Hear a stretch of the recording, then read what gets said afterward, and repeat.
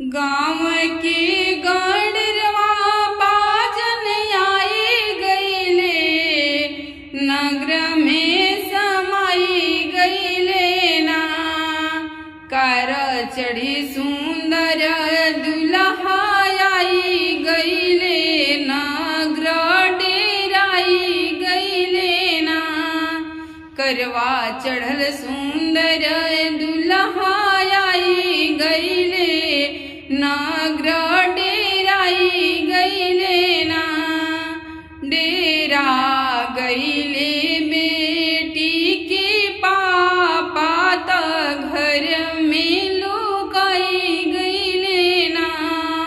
डेरा गईले बेटी के चाचा त घर में लुकाई गईले ना।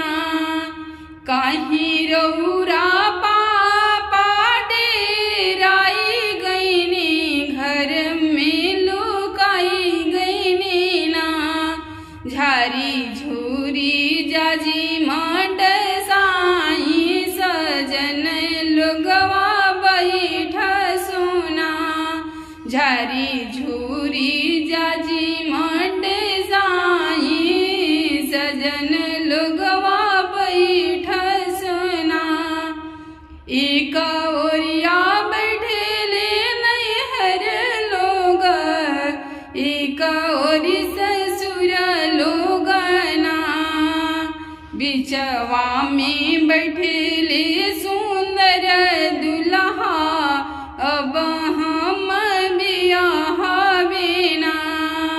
धीरे रहा ये दुल्हा धीरे रहा, अवरु गंभीर रहना। जब पापा दिहे कन्यादान, तबेरे रउरा बियाह बिना।